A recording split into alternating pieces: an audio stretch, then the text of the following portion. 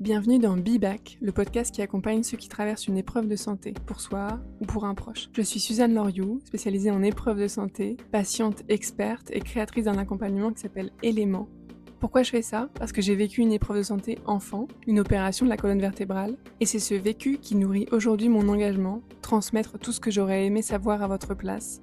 Parce que la vérité, c'est qu'une épreuve de santé, on n'y est jamais préparé et ça nous tombe dessus. Dans ce podcast, vous découvrirez des témoignages de résilience, de familles, de petits, de grands qui ont traversé ce chemin. Des partages d'outils concrets et de pratiques pour vous aider à surmonter les moments difficiles, les douleurs, les grandes peurs, et des formats d'interviews croisés avec des professionnels de santé pour multiplier les regards sur ce que nous vivons tous et pour lequel on n'est jamais vraiment préparé. Chaque épisode est une invitation à découvrir des ressources, des histoires et des conseils pour traverser cette période avec plus de confiance, de compréhension et de résilience. Bonjour à tous et bienvenue dans ce nouvel épisode. Bienvenue Mylène aussi. On se retrouve dans l'épisode 2 de cette série sur les relations guérisseuses et aujourd'hui on va parler plus amplement de la relation au médical, au corps médical. Et alors, Mylène, c'est un truc de fou parce que je pense que ça va être hyper intéressant. Ton regard à la fois de patiente et ton regard de ex-infirmière, enfin voilà, de tout ce que tu as vécu aussi de l'autre côté. On va parler du coup de relation avec le corps médical, de. Oui, de, en fait, parce que je crois qu'il y a vraiment plein de choses qui viennent avec. Il y a autant de la confiance, il y a autant de l'autorité. On va parler de plein de concepts, je pense, très différents. On va parler aussi de qu'est-ce qui se passe quand on relationne vraiment, quand on communique avec un médecin, une infirmière. Qu'est-ce qu'il y a derrière tout ça? Parce que souvent, c'est pas si simple que ça de réussir à dire, réussir à poser des questions, etc. Donc, on va parler de tout ça parce que je pense qu'il y a plein de choses qui viennent au-delà. On parlait juste avant de commencer à enregistrer aussi d'inconscient collectif, de ce que nous aussi on a engrammé dans notre corps en tant que juste expérience personnelle du médical.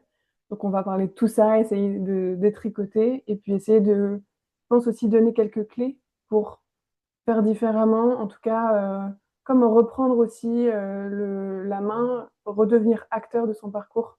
Vraiment, en tout cas, garder ça en conscience et en volonté. Voilà. Bienvenue, Mylène. Merci Suzanne. Bonjour, bonjour. On se remet en dos à dos Ça met dos à dos. Allez, pour ce c'est parti. nouvel épisode. Alors, je pense qu'un premier acte de réflexion qu'on peut avoir, c'est vraiment cette idée de un peu, enfin, je crois qu'on en a beaucoup parlé, nous, en tant que, enfin, juste dans des discussions perso, tu vois, mais quand le corps médical devient une autorité. Est-ce que toi, tu as envie déjà de commencer peut-être par un partage d'expérience, que ça soit en tant que patiente ou de l'autre côté en tant qu'ex-infirmière? Euh, alors, en tant que patiente, j'en ai eu, mais je pense que ce qui m'avait, dans un premier temps, le plus choqué, c'est c'est en tant qu'infirmière, en fait, tout ce qu'on peut imposer aux gens. Déjà, juste à l'hôpital, les gens ne se reposent pas vraiment. Enfin, dès le matin, on t'impose un rythme. Euh, on te pose des questions, des fois c'est vrai qu'on peut t'imposer même certains trucs en te disant que c'est ce qu'il y a de mieux pour toi. Euh, et je trouve que c'est très compliqué parce que les gens sont quand même dans une position de grande vulnérabilité. Et, euh, et du coup, c'est vrai que j'ai pu voir des choses imposées. J'ai vu ça va jusqu'à de la maltraitance. Je pense on peut même employer le mot là, hein, pour ouais, je pense qu'il y a des situations qui peuvent être assez extrêmes et où effectivement les gens n'ont pas forcément le courage ou l'habitude, parce qu'à l'hôpital, il y a vraiment ce profil un petit peu de la personne qui sait, donc le médecin, le professionnel médical, et la personne qui ne sait pas, donc le patient. Euh, et voilà, et bon, moi, c'est un peu ce qui m'a ce qui m'a donné envie de quitter le milieu de l'hôpital. Euh, mais du coup, je pense que le fait qu'il y ait cette différence, euh, ça fait vraiment que les patients n'osent pas dire non à des choses qui sont imposées par les médecins. Euh, Mhm. Et en fait, moi, surtout maintenant avec le travail que j'ai fait, est-ce que moi je veux mettre en place maintenant, ça me semble complètement euh, dissonant, ça n'a pas de sens en fait, tu vois, de dire à la personne, en fait, tu ne connais pas ton corps, je connais mieux le corps que toi. Alors que maintenant, de mon point de vue, en fait, chaque personne euh, est la meilleure base d'information, de connaissance de son propre corps, tu vois. Je veux Mhm. dire, c'est pas parce que tu as fait des études où tu connais, tu vois, où tu connais l'anatomie, que tu connais mieux le corps de la personne. Alors, il y a une collaboration à mettre en place là-dedans. Et enfin voilà, je pense que c'est cet équilibre dont on peut parler, tu vois. Ouais, c'est intéressant parce que ce que tu dis, c'est qu'il y a un challenge de communication, mais il y a aussi un challenge d'écoute, finalement. Ah, C'est-à-dire que d'accueil, ça revient un peu sur ce qu'on disait au tout début, mais dans le premier épisode, l'accueil de la personne quand elle arrive, de comment elle se sent, qu'est-ce qu'il y a comme ressenti, etc., etc. Ça, c'est des choses où en fait c'est très normé aussi. Et donc il y a une écoute qui est pas pleine et entière, en tout cas qui est pas disponible pour être comme ça, peut-être par manque de ressources. Enfin, voilà, on aurait plein d'explications. Et c'est vrai il y a ce côté-là aussi où il y a une personne qui écoute, c'est souvent la personne qui arrive pour, par exemple, avoir un diagnostic, avoir des recommandations sur sa santé. Mais de l'autre côté, des fois, on peut se sentir peut-être qu'il y a moins d'écoute, ouais.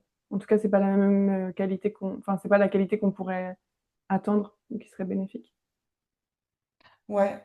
Euh, bah, je pense qu'il y a, ouais, il y a clairement un manque de temps et aussi un manque effectivement, de ressources parce que ben, c'est pas évident en fait d'accueillir quelqu'un pleinement quand toi-même t'as pas travaillé sur certaines choses, quoi. Je veux dire, c'est très compliqué de voir quelqu'un souffrir. C'est plus simple de se dire la personne ne souffre pas. Ou je lui ai donné un médicament, maintenant, voilà, voilà. Ou de dire, bon, elle me dit qu'elle a très mal, mais je sais qu'en fait, elle n'a pas vraiment mal. Enfin, c'est plus simple de se dire ça, en fait, parce que la douleur, c'est vraiment quelque chose de particulier à accueillir, euh, que ce soit la sienne ou celle des autres, mais celle des autres, ça te renvoie vraiment à une impuissance, et l'impuissance, c'est vraiment quelque chose qui est très, très dur, en tant qu'être humain à accepter, quoi. Ça ramène beaucoup, beaucoup il y a beaucoup d'émotions derrière ça.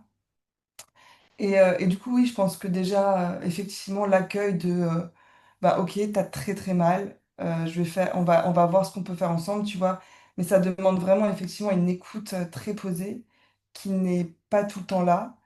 Et, et quand les gens arrivent, ils sont, en fait, généralement, le problème, c'est un peu ce qu'on dit dans le premier épisode, c'est que les gens décident aussi de se faire aider vraiment dans l'urgence, en fait. Mm.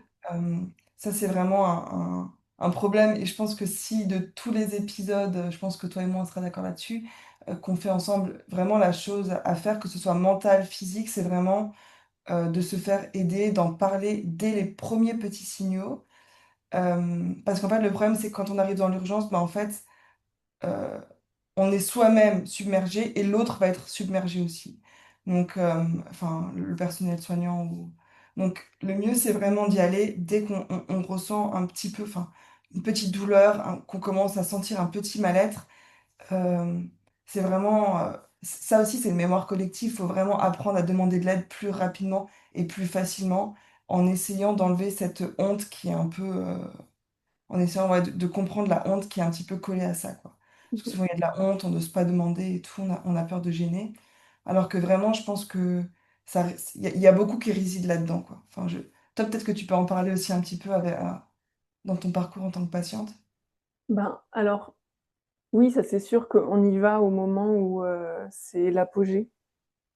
Euh, c'est difficile de s'écouter quand ça crie de partout, j'ai envie de dire. Alors moi, ça c'est mon expérience à moi, où en fait, il y a aussi cette écoute qui n'est pas là, qui s'apprend, qui s'apprend en famille, dans l'enfance, qui s'apprend ensuite après. Mais je trouve que pour moi, il y avait vraiment ce truc de j'en peux plus d'entendre sonner cette alarme qui dit qu'il y a des douleurs, qui dit que ça va pas, que ça va pas. Et donc c'est vrai qu'il y a plein d'endroits, plein de moments où j'ai reculé aussi, tu vois. Où j'ai Mhm. reculé l'idée de dire qu'il y avait vraiment des douleurs ou qu'il y avait vraiment un problème. où j'ai minimisé finalement ce que je ressentais. Euh, ouais, c'est assez challengeant même pour moi d'en reparler là. Parce Mhm. qu'en fait, c'était pas vraiment conscient. Je pense que j'essayais de protéger tout le monde autour de moi en pensant que c'était la meilleure solution, tu vois. Autant Mhm. le corps médical pour pas non plus recréer encore des problèmes là où il y en avait déjà, autant mes parents, etc., enfin ma famille proche, autant moi en fait, pour juste que ça cesse et qu'on puisse arrêter. Je sais pas si ça te parle, ce truc-là. Ah bah si, complètement. Après, il y a plusieurs types de personnalités, je pense qu'on peut retrouver. Il y a des gens qui vont sonner dès qu'effectivement ils ressentent une petite douleur ou dès que ça commence un petit peu à monter. Et eux, souvent, malheureusement, on va les traiter un peu de chiants parce qu'ils vont ils vont sonner plus souvent. Et puis il y a les personnes comme toi, je pense, qui sonnent pas trop. Et eux, on va un peu les mettre un peu de... Enfin, on va un peu dire, ah, bravo. Enfin, c'est quelque chose qu'on va un peu encourager, quoi.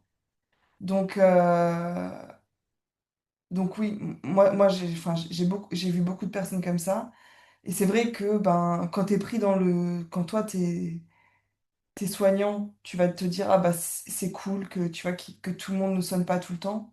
Alors que je pense vraiment que si effectivement on changeait ce prisme, qu'il y avait plus de monde dans les hôpitaux, euh, enfin, le soin, c'est tellement important. Et ces étapes-là, enfin, toi, enfin, moi, quand j'y pense, ça me donne plein d'émotions. Vraiment, j'ai plein d'empathie pour toi parce que c'est des enfants qui ont mal et qui, en fait, ne s'autorisent pas à avoir mal, en fait. Et vraiment, ça me touche énormément parce que ça va faire en tant qu'adulte, après, ça va se répercuter, quoi. Il va y avoir des répercussions.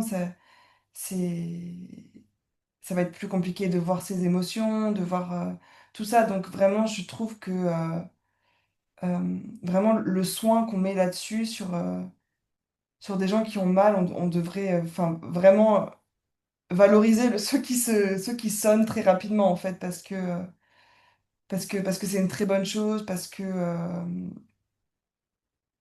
c'est être à l'écoute de son corps aussi, tu vois. Mhm. Et bon, après, il y a peut-être d'autres façons de faire aussi que ce qu'on fait à l'hôpital. Ça, je sais pas, mais pas sûrement d'ailleurs. Comment est-ce que toi, en tant qu'infirmière, euh, tu pouvais voir soit les familles ou les individus se positionner finalement face aux médecins? J'imagine qu'il y avait souvent de l'intimidation, etc. Mais toi, en fait, qu'est-ce qui, par exemple, t'a le plus marqué dans la façon dont certains patients, certaines familles pouvaient vivre cette relation avec enfin, le médecin? Alors, avec le médecin, bah, déjà, c'est pas très compliqué. C'est que quand le médecin va voir les familles, généralement, il y a toujours une infirmière avec. Ça, pour moi, c'est vraiment parce que quand le médecin sort, enfin, en fait, généralement, c'est le médecin sort, enfin, le médecin vient, balance un peu sa bombe et ses diagnostics. Et après, il faut un petit peu essayer de... Après, je vais pas généraliser, il y a quand même des médecins qui sont doux et qui vont prendre le temps, mais eux, ils ont beaucoup moins le temps que... Ils n'ont pas le temps. Je veux pas dire que qui, parce que personne n'a vraiment le temps dans les hôpitaux, mais donc ils viennent, ils balancent un petit peu ce qu'ils ont à dire, leur diagnostic, et puis ben, après, il faut essayer, faut discuter avec les patients, il faut reprendre. C'est beaucoup la d'écoute. Euh, il y a des moments de tristesse, il y a des moments d'incompréhension. Mais il y a beaucoup de... Je pense que dans l'inconscient collectif, en règle générale, les médecins sont extrêmement valorisés, sont extrêmement admirés presque. Donc les gens n'osent pas poser les questions aux médecins. En plus, ils se disent, oh, il n'a pas le temps. Ils sont presque contents que la personne soit venue leur parler, alors que c'est normal.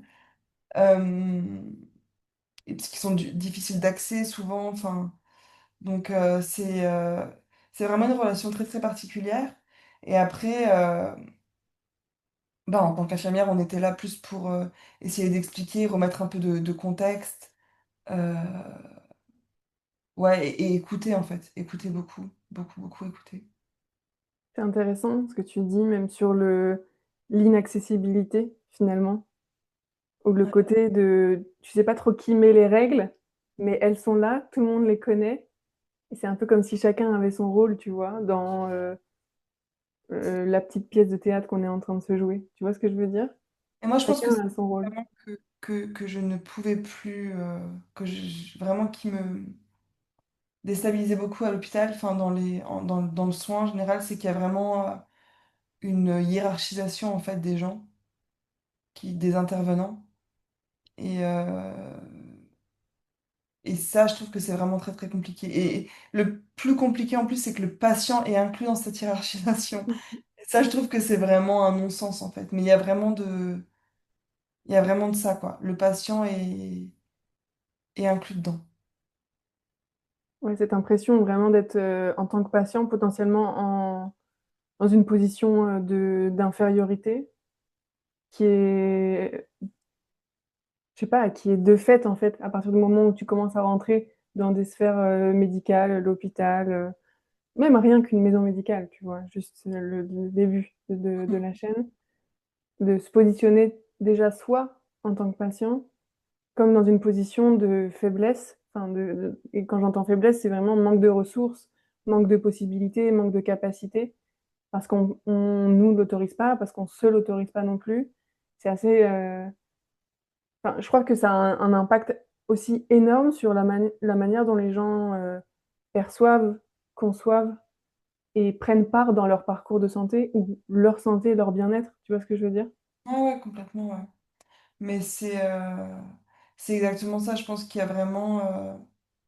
Bah, oui, de fait, les gens arrivent affaiblis chez le médecin, même chez le médecin traitant, hein. Mais après, il y a. En fait, vraiment, on enlève la responsabilité aux gens. Vraiment, c'est ça, moi, qui me. On leur enlève la responsabilité, on leur enlève le droit d'être euh, Souverain. souverain, ouais, et d'avoir de mieux connaître leur corps que les autres. Moi, c'est vraiment, je pense, que c'est ça qui, au bout d'un moment, de connaître ses traitements, enfin, il y a plein de choses, je trouve, qui sont, ça devient presque aberrant à la fin, en fait. Je sais pas, toi, je sais pas comment t'as vécu ça, toi, en tant que, en plus, t'étais une enfant. Ouais. Bah, au début, moi, j'avoue que j'ai été vraiment dans cette dynamique-là. Parce qu'en fait, je pense qu'il y a aussi le côté de... Alors, je parle pour mon dos, hein, exclusivement, de la gravité, en fait. La gravité que t'as pas vu venir et du coup, tu rentres... Enfin, en fait, ça te met dans un état où t'as plus les capacités de savoir comment réagir, encore moins en tant qu'enfant, et encore moins quand, autour de toi, tes parents, tu les vois se liquéfier, en fait. Donc, je pense qu'il y a vraiment ce truc de... Ben, il y a plein d'endroits où je me suis retrouvée, comme j'ai eu l'impression d'être piégée d'une certaine manière dans une annonce médicale. Je sais pas, on vient de m'annoncer que je devais porter un corset ou que je dois aller à l'hôpital pendant quelques mois avec un plâtre, etc. Et là, je me souviens en fait, on n'a même plus la capacité de parler, de dire quoi que ce soit, de poser des questions. Je pense que là, ce qui est intéressant, c'est de voir, enfin, tout ce que tu disais sur l'anticipation. Et après, je pense que je sais pas d'où est-ce que ça vient, mais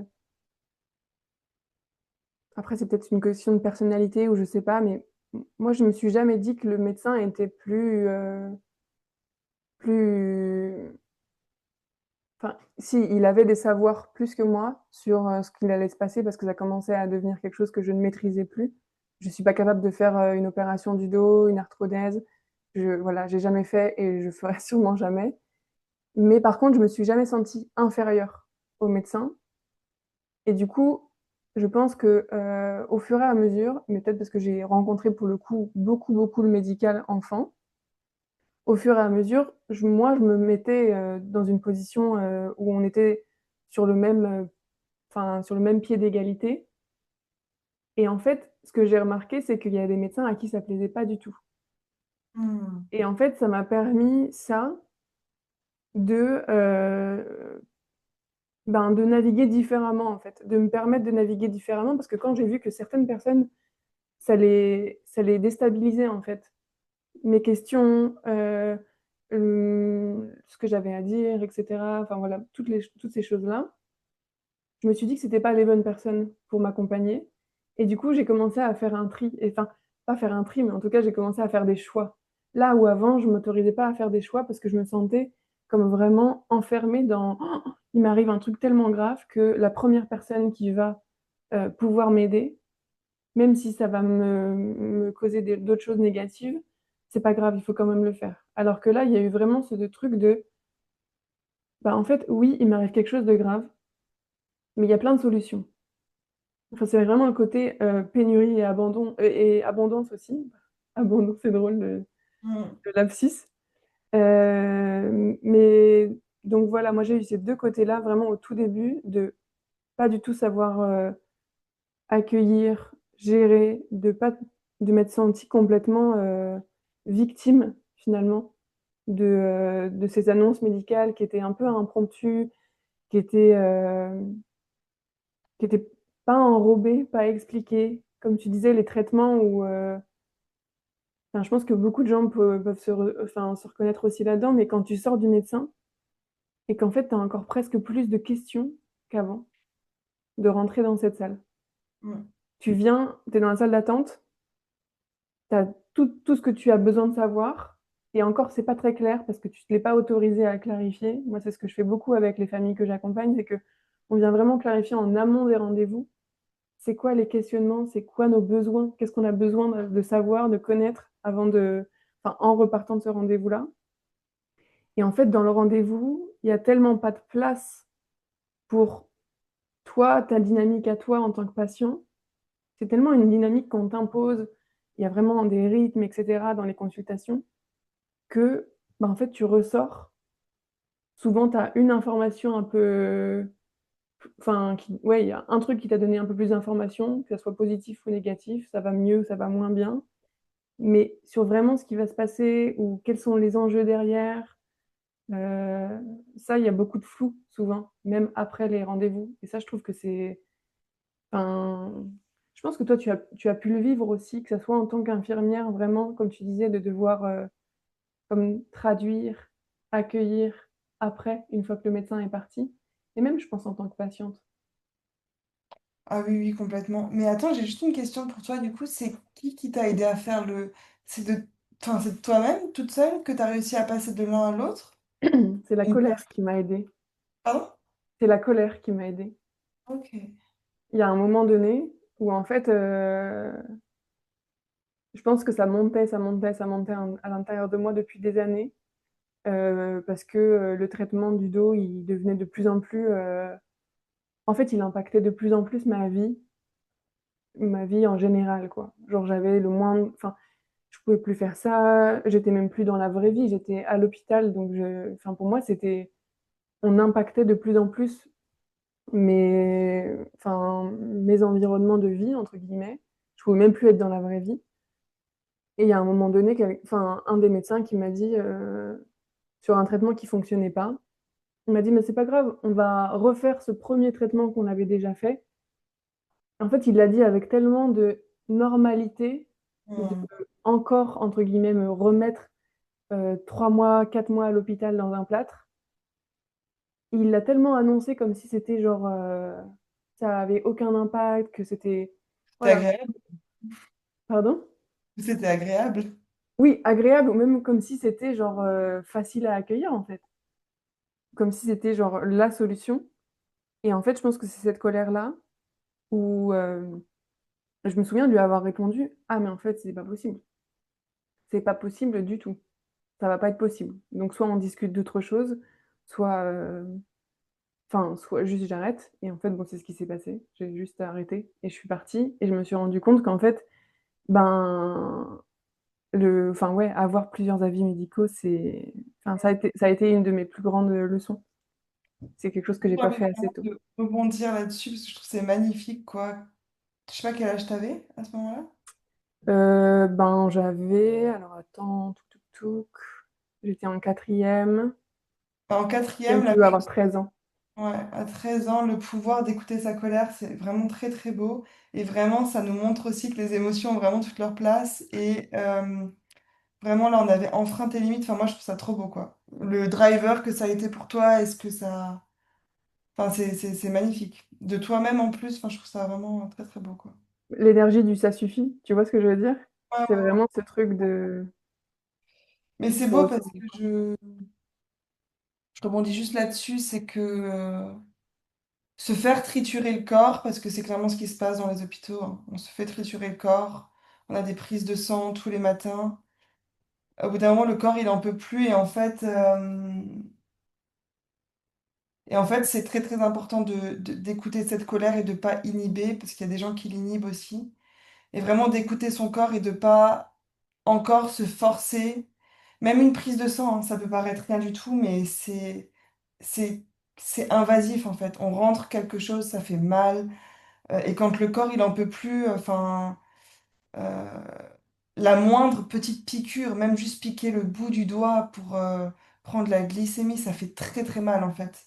Quand le corps est complètement inflammé, il y a des douleurs partout, donc voilà. Enfin, moi, j'ai vraiment beaucoup beaucoup d'empathie pour ce que tu racontes là, et vraiment, j'ai vraiment envie de redire que il faut vraiment vraiment écouter les limites de son corps. Et là, je pense que toi déjà, tu es arrivé à un stade où c'était déjà beaucoup. Et enfin, vraiment, vraiment, vraiment écouter les limites de son corps. Très beau rappel, ça c'est certain. Et du coup, est-ce que tu veux nous partager peut-être toi, soit quelque chose de en tant qu'infirmière ou en tant que perso, tu vois, de ce genre d'annonce médicale sur lequel on peut se sentir complètement désemparé et oui, où on peut peut-être aussi ne pas se reconnaître, par exemple. Euh, ben moi, c'était plus dans le perso. Je sais pas si on voit ma chienne, si on voit ma chienne à l'écran. C'est moi. C'est Pomme, tout va bien. Et du coup, moi, je pense que c'était quand j'ai arrêté ma pilule il y a 4 ans et j'ai eu des grosses, grosses, grosses, le retour de grosses douleurs de règles. Et en fait, ma gynéco, c'était très compliqué parce que je la connaissais depuis longtemps. Elle allait bientôt être à la retraite. Je sais pas si c'est vraiment... mais pour moi, enfin, en tout cas, dans ma tête, ça a joué un petit peu dans la balance. Et du coup, moi, j'avais envie de faire des tests pour l'endométriose. Même si, voilà, je sais que c'est pas toujours... Enfin, maintenant, j'ai plus besoin de savoir vraiment ce que j'ai. Mais en fait, il y a des moments de vie où on a besoin de mettre un nom sur quelque chose. Et elle ne le comprenait pas, ça. Et elle avait l'impression que c'était un peu une traîne, quoi, que tout le monde disait qu'il avait de l'endométriose. Je pense que beaucoup de gens ont enfin, beaucoup de femmes ont de l'endométriose parce qu'on en fait beaucoup trop. Mais, et du coup, elle n'était pas du tout à mon écoute. Et en fait, ça m'a beaucoup, ça m'a énormément frustrée. Mais moi, dans un premier temps, en fait, moi, j'ai eu de la colère, mais en fait, je l'ai complètement réprimée. Moi, j'ai un peu un autre, mon système, il fonctionne un peu différemment. C'est que dans un premier temps, je me suis fermée, en fait. Je parle plus, je dis même pas, enfin voilà. Et, mais ça a été vraiment très douloureux parce que j'avais vraiment l'impression de demander quelque chose d'être chiante en fait. J'avais l'impression qu'on me disait tu fais chier, t'es chiante. Et alors qu'en fait j'avais juste mal. Enfin j'avais vraiment mal pendant 4 jours et des fois même entre mes cycles. Donc c'était vraiment ouais, c'était vraiment très très compliqué. C'est pas tout à fait la même chose, mais c'est vraiment en fait pour moi c'est juste toujours dur et ça part vraiment toujours de là, du moment où la personne elle te dit j'ai quelque chose dans mon corps, tu vois, que ce soit comme toi, et que tu dises non, en fait, là, je peux pas repartir avec un corps. Là, c'est pas possible, en fait, je peux pas, c'est juste, je peux pas, donc je reste couché, je préfère rester couché toute la journée, je préfère 36 autres solutions, mais je veux pas ça. Et elle, c'était un peu pareil, c'est-à-dire que c'était vraiment, genre, je lui disais que j'avais quelque chose, et elle me disait non, c'est pas vrai, tu vois. Ou genre, juste prends une pilule. Ok, mais je veux pas prendre la pilule. Ben, alors tu vas avoir mal. En fait, c'est ça, c'est que vraiment, on te dit, en fait, c'est soit ça se passe comme ça, soit ça se passe comme ça. Mais il n'y a pas d'entre-deux, en fait. Il n'y a pas d'autres possibilités. Et ça, je pense que c'est vraiment le plus dur. Oui, il n'y a pas la possibilité vraiment du choix. Ou Non, il n'y a sinon, pas. le choix est vraiment en mode, ben, si tu fais pas cette solution qui semble être la meilleure, ben, ça devient ta responsabilité d'avoir mal, tu vois. Ouais. Ça Et devient moi, ta ça me faute. fait penser à ma grand-mère.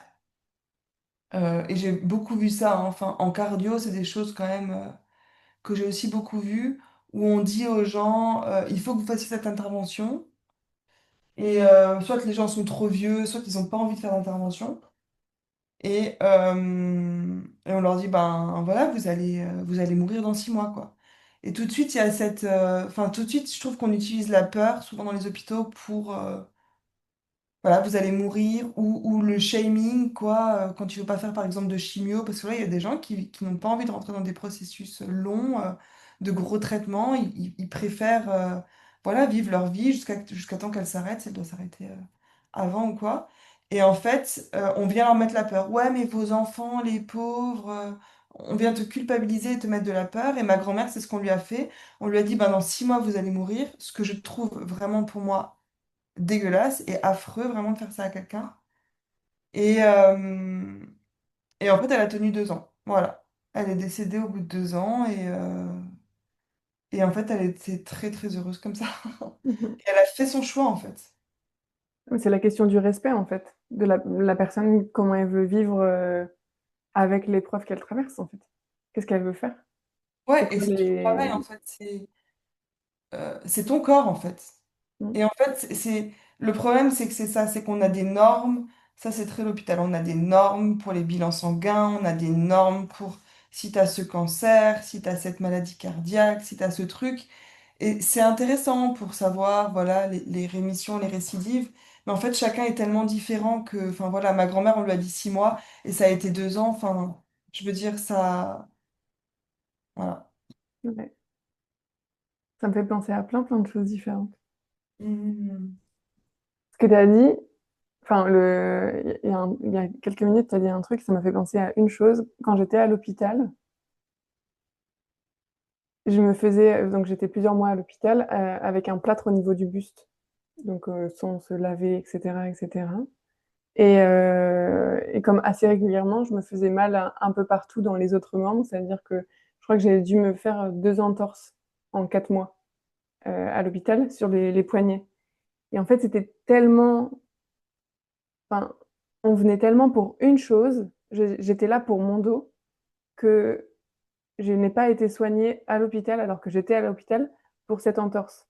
Ma Mhm. maman, elle a dû venir me chercher pour m'emmener quelque part, enfin m'emmener dans d'autres urgences pour pouvoir faire des radios et mettre une attelle, etc., dont j'avais besoin, et revenir ensuite à l'hôpital là où je vivais, clairement, parce qu'il y avait vraiment ce truc aussi de cloisonnement. J'ai aussi cette impression-là que on vient pour une chose et on traite une chose et on a de l'écoute pour que ce problème-là, tu vois ce que je veux dire, Oui, sans oui. voir la personne dans sa globalité et en fait aussi toutes les choses enfin, tous les signaux d'alerte aussi de la personne qui viennent avec. Je pense que donc je suis restée, je crois que le plat c'était 3 mois et demi, donc entre 3 et 4 mois. Et donc là, j'avais ces entorses-là. Ça, c'était un des premiers signes, je trouve, qui est intéressant à voir que, ô combien en fait, on venait pas soigner Suzanne, on venait soigner le dos de Suzanne. Ça, enfin, plein de fois, c'est venu vraiment me questionner ces choses-là. Et alors, ceux qui ont connu aussi le plâtre savent que quand on a un plâtre au niveau du buste, quand c'est comme ça, toutes les semaines, on vient vous enlever ce qu'on appelle un jersey qui est en dessous le plâtre, qui est comme un t-shirt en coton, sans couture, qu'on vous enlève et qu'on vous remet, qu'on change avec un nouveau. Et en fait, on vient nettoyer avec un coton imbibé d'alcool, si je me souviens bien, toutes les semaines. Et il faut savoir que, franchement, autour du plâtre, tout s'est bien passé. Je veux dire, enfin, j'avais des douleurs normales, etc. Les gens étaient à l'écoute. Enfin, voilà, ça s'est bien passé. Mais à l'intérieur de moi, enfin, à l'intérieur de ce plâtre, pardon, j'ai fait plusieurs infections au niveau du nombril. Et j'ai fait aussi, j'avais une grosse douleur au niveau de l'omoplate, enfin oui, de l'omoplate. Et, euh, et je l'ai dit 50 000 fois, je pense, pendant les 3 4 mois. Et à chaque fois, on me disait, mais non, t'inquiète, t'inquiète, etc. Et quand on a enlevé le plâtre, il y avait une plaie tellement énorme que je crois que ça a mis, je pense, au moins 2 ans à se réparer. Parce qu'en plus, après, j'avais le corset. Et vraiment, je pense qu'il y a ce truc de se dire aussi, on vient pour une chose. Et en fait, on a la capacité pour gérer cette chose, parce que tu nous as dit que tu venais pour cette chose-là. Tout ce qui est autour et qu'on n'arrive pas à gérer, on va faire comme si on l'entendait pas. Alors qu'en fait, c'est aussi symptomatique de ce que tu es en train de vivre, toi, en tant qu'expérience médicale. Tu vois ce que Mm. je veux Ouais, ouais. Non, mais ben, c'est pour ça qu'il y a des services pour chaque chose, cardiologie, rhumatologie, cancérologie. Et si tu as des choses, ben ouais, c'est fou, mais c'est vraiment ça. C'est que soit on va t'emmener un spécialiste d'autre part, mais ça sera pas traité comme de la même façon que ton premier, que ta première raison d'hospitalisation, on va dire, ou de raison de voir ton médecin. Et dire? Mais ça c'est... on le sait quand même qu'on est un corps qui fonctionne en système et que les systèmes fonctionnent ensemble. Tu vois ce que je veux dire? Et ça, Et que c'est tu toute peux... la problématique de... Enfin, pour moi, je vois ça vraiment de... Enfin, même de l'école de médecine, en fait. Enfin, c'est Mm. que c'est trop sectorisé, c'est... Après, voilà, enfin, je pense qu'il n'y a pas... Enfin, voilà. Ça serait à repenser, je pense. Il y a des choses qui seraient intéressantes à repenser. Et notamment au niveau de l'écoute des gens, juste de l'écoute des gens. Oui, je pense que le soin, il se passe aussi beaucoup dans l'écoute. Oui. Oui, bah complètement. Bah, c'est ce qu'on... Justement, ah Vas-y. pardon, vas-y. Vas-y.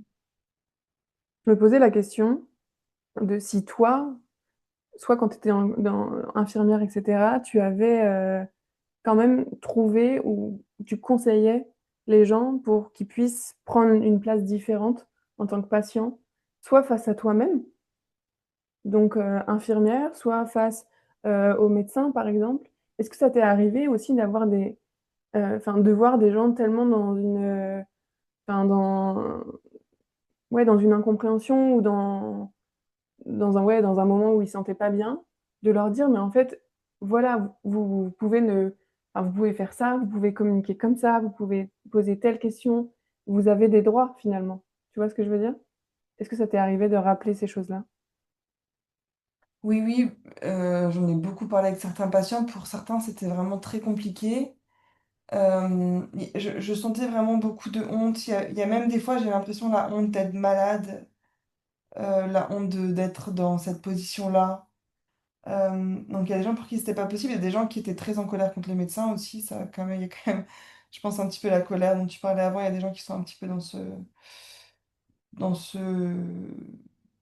dans ce schéma-là. Et après, c'est aussi cette catégorie-là que je trouve intéressante, c'est qu'il y a des gens qui ont juste envie euh, de vivre. En fait, il y a des gens qui ont envie de vivre et de... Par exemple, il y a des gens qui ont envie de manger un peu de sucre même s'ils sont diabétiques. Ou, enfin voilà, moi clairement, j'étais vraiment l'infirmière qui ramenait des petites sucrètes ou des petits gâteaux aux mamies qui avaient envie de... Même si elles étaient diabétiques. Et voilà, après, c'est ça qui est intéressant, c'est voilà, je vais vous faire ça, du coup, après, enfin, vous pouvez avoir le gâteau, mais après, vous aurez un peu plus d'insuline et tout. Enfin, je sais pas, c'est beaucoup plus de la discussion, en fait, mais je pense que pour beaucoup de gens, c'était vraiment très compliqué de reprendre le pouvoir de tout ça. Juste, il y avait beaucoup aussi de personnes âgées qui savaient même pas les médicaments qu'on leur donnait. Enfin, moi, c'est quelque chose qui me choquait profondément. Ça, des gens qui avaient quand même encore leur tête, hein, pas des gens qui n'avaient pas la mémoire ou quoi, des gens vraiment mais qui vraiment paniquaient même quand ils n'avaient pas leurs médicaments, quoi. On en arrive un peu à le médicament est une ressource, mais on ne sait même pas à quoi sert le médicament. Je sais pas si tu vois, c'est vraiment un cercle. Et ça, les gens qui sont dedans depuis très longtemps, c'est compliqué à les faire en sortir, quoi. Et il y a des médecins aussi, il y a des médecins qui ont une genre d'aura assez, je pense beaucoup à des hommes malheureusement là, mais un peu toxiques quoi, qui sont vraiment, euh, qui aiment la prise de pouvoir. Faut le dire comme ça, mais qui aiment vraiment la prise de pouvoir et qui du coup vont vraiment faire sentir à la personne s'il commence à y avoir un petit peu de conflit, vraiment. Voilà, après, c'est pas compliqué, hein, enfin, de faire peur à des gens à l'hôpital. Enfin, c'est très rapide, hein, tu dis juste aux gens, tu peux mourir. On a tous peur de la mort parce qu'on est tous des animaux, donc on est là pour survivre, hein, on n'est pas là pour mourir. Donc tu dis ça à quelqu'un, ça allume tous les warnings dans sa tête, donc la personne, généralement, se calme. Bon, il y en a que ça énerve quand même, mais la plupart des gens, quand même, s'inhibent et se calment, quoi. Ouais, juste par la peur. Ouais. Et comment est-ce que tu dirais qu'on peut... Parce que automatiquement, quand on arrive à l'hôpital ou quand on arrive, de toute façon, quand on va dans un rendez-vous médical, c'est qu'il y a quelque chose qui, en tout cas, pose question, qui est problématique et qu'on a envie de savoir ce que c'est. Quand il arrive le diagnostic, etc., pour toi, c'est quelque chose qu'on peut préparer, justement, notre manière de vivre ce rendez-vous, notre manière d'échanger, notre manière de relationner. Savoir, par exemple, tu disais, poser des questions sans avoir peur de déranger, ou poser des questions même si on sent qu'on dérange, s'autoriser, tu vois ce que je veux dire? Mhm. Déjà, je pense qu'on peut aussi juste rappeler que ni toi, enfin, l'hôpital, la médecine est importante, et là, on dit un petit peu nos expériences, mais que enfin, moi, je suis pas du tout contre la médecine. Je pense qu'il y a des très belles choses qui sont faites. Voilà, des rémissions de cancer chez les jeunes personnes. Enfin, voilà, moi, j'ai eu des exemples aussi de ça autour de moi. Euh, mais je pense qu'effectivement, enfin, bon, je pense que ça peut être intéressant de se faire accompagner par des personnes comme toi, par exemple, vraiment euh, des gens qui aident aussi à mettre en lumière, en fait, qu'est-ce qu'il y a derrière, pourquoi est-ce que tu n'arrives pas à poser des questions, en fait, tu vois. Pourquoi est-ce que quand on parle de toi, il y a ça qui ressort? Enfin, moi, je pense que c'est vraiment aller chercher un petit peu plus profondément et effectivement, ne pas avoir honte de se dire, là, je vais poser toutes les questions que j'ai en fait. Et peut-être se faire accompagner par quelqu'un, ça peut être très très intéressant. Enfin, je veux dire, pendant le rendez-vous, un proche, voilà, quelqu'un qui va nous donner de la force. Voilà, moi, personnellement, dans mes accompagnements, et je sais que toi tu le fais aussi, mais vraiment le travail sur les ressources est très très important. Même s'emmener un petit tissu, enfin voilà, ça peut paraître bête, mais même un doudou ou quelque chose qu'on aime bien toucher, ou vraiment essayer de ramener de la force un petit peu avec soi, une boisson chaude, enfin voilà, vraiment quelque chose qui peut aider. Et vraiment reprendre son pouvoir en se disant, c'est mon corps en fait, c'est mon corps. Lui, il a rien à y gagner en quelque sorte. Enfin, c'est moi, j'ai tout à y perdre si je m'occupe pas bien de mon corps. Donc, autant poser toutes les questions. Et si la personne là ne convient pas, ne pas hésiter à aller voir quelqu'un d'autre. Alors oui, ça prend du temps, ça prend de l'énergie, c'est sûr. Mais il y a d'autres personnes et il y a des médecins, je veux pas dire, enfin, c'est pas ni bon ni mauvais médecin, mais il y a des médecins comme en couple. Il y a des gens qui vont te correspondre et d'autres qui vont pas te correspondre. Et ben dans le médical, c'est pareil. Et c'est pas parce que ce médecin a de très bonnes recommandations, que tout le monde t'en a parlé, qu'il est vraiment très performant, que pour toi ça va aller.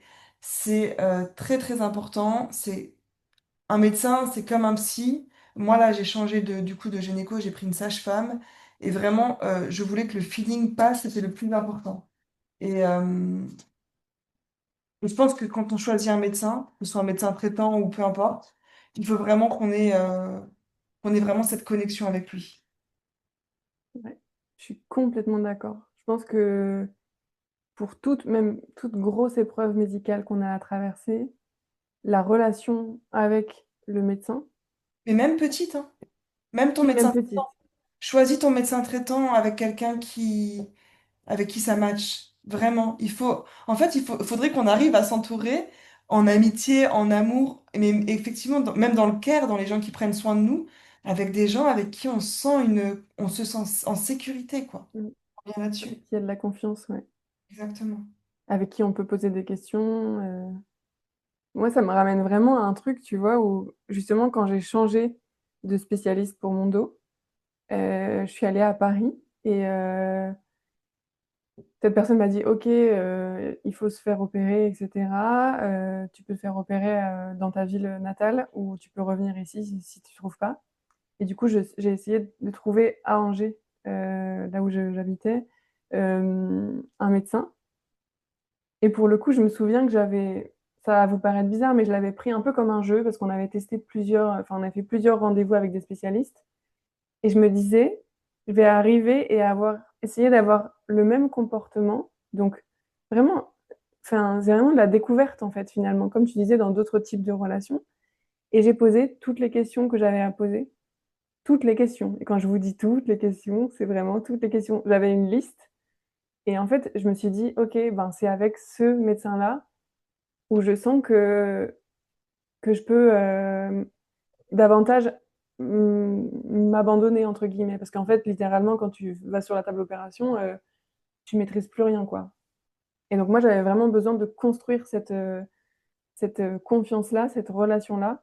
Et c'est vraiment passé par ce questionnement. Et en fait, on se rend compte que ça n'a rien à voir avec l'expertise en tant que telle sur le médical, enfin sur le concret de l'opération ou du traitement ou du suivi médical. Mais c'est vraiment aussi dans des compétences, enfin on dit en entreprise soft skills, et c'est vraiment ça en fait, c'est dans des compétences humaines, dans est-ce que ça match, est-ce que... Enfin moi j'avais vraiment besoin de sentir par exemple que c'était quelqu'un qui avait vraiment quelqu'un en face de moi et qui avait une franchise à toute épreuve.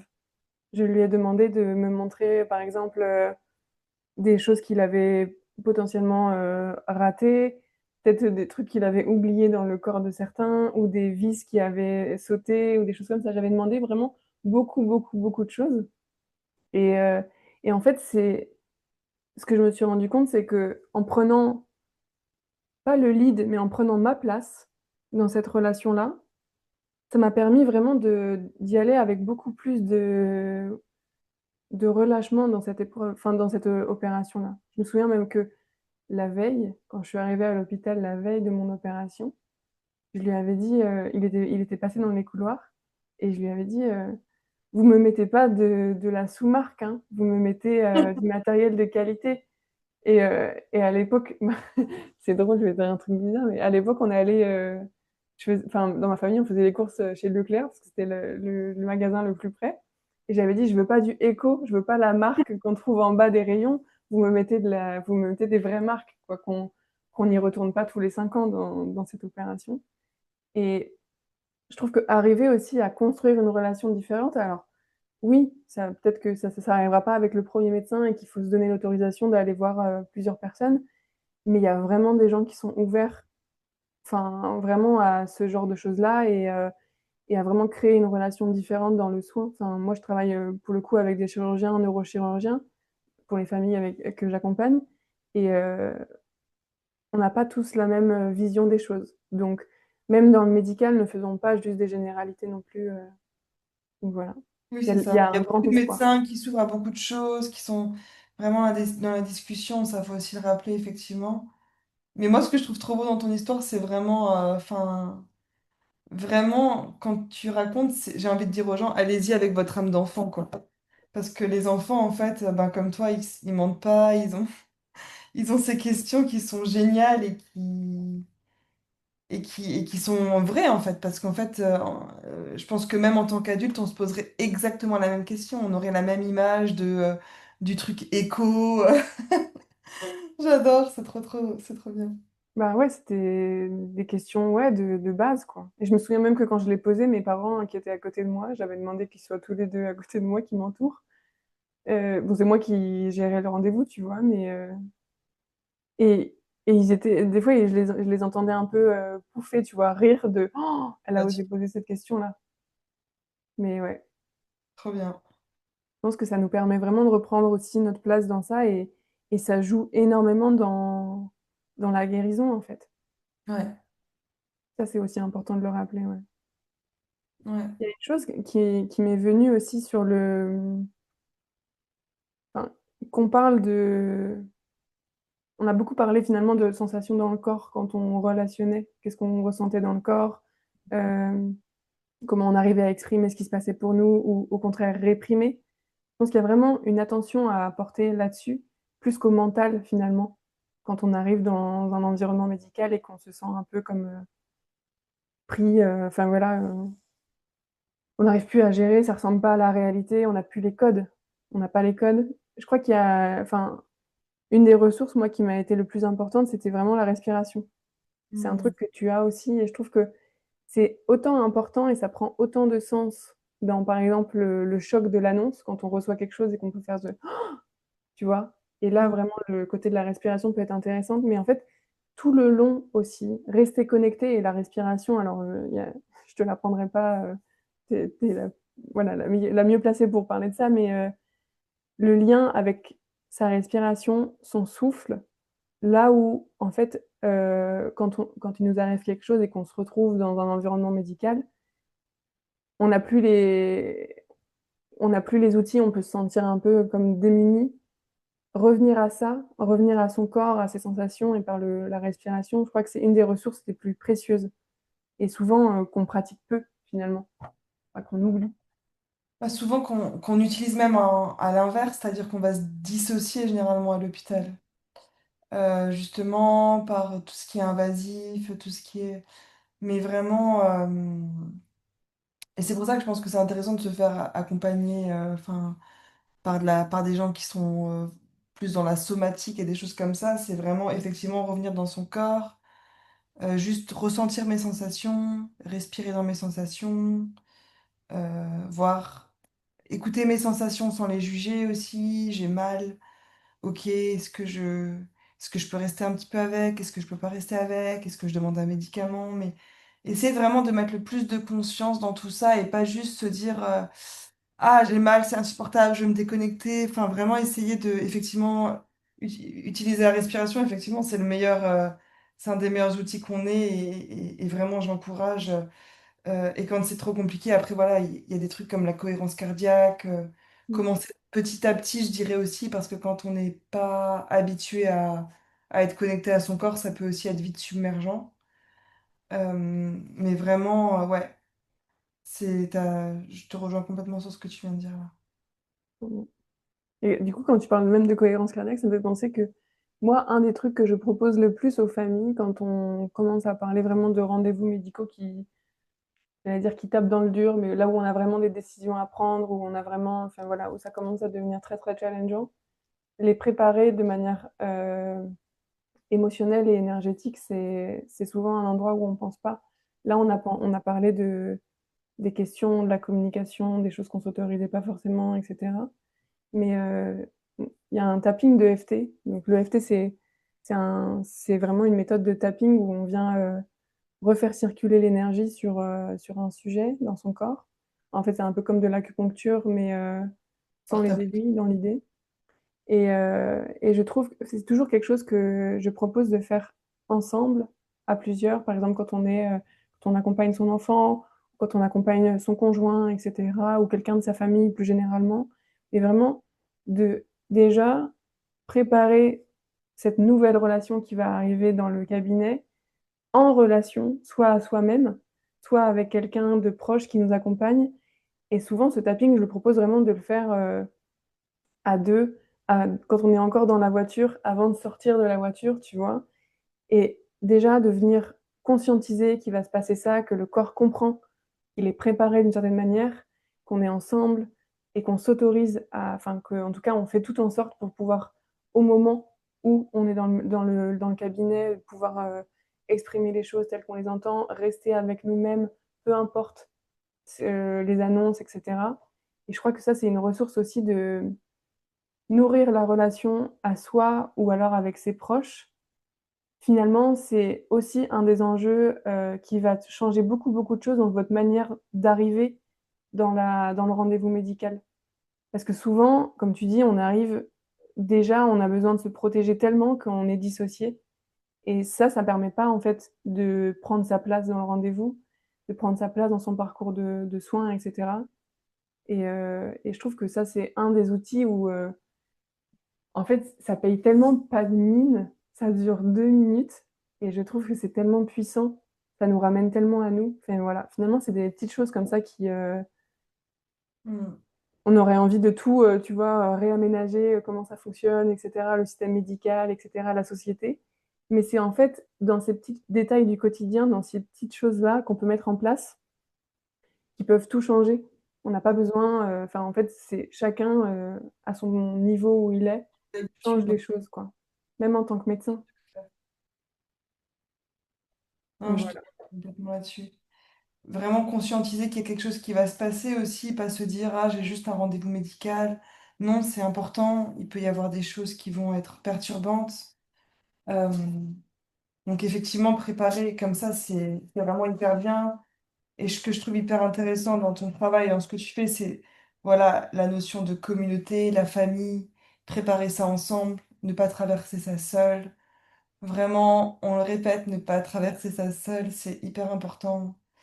Euh, Si on est des animaux qui vivent en groupe, c'est pas pour rien, on n'est pas là pour traverser ça tout seul, on est vraiment là pour utiliser la communauté et le groupe.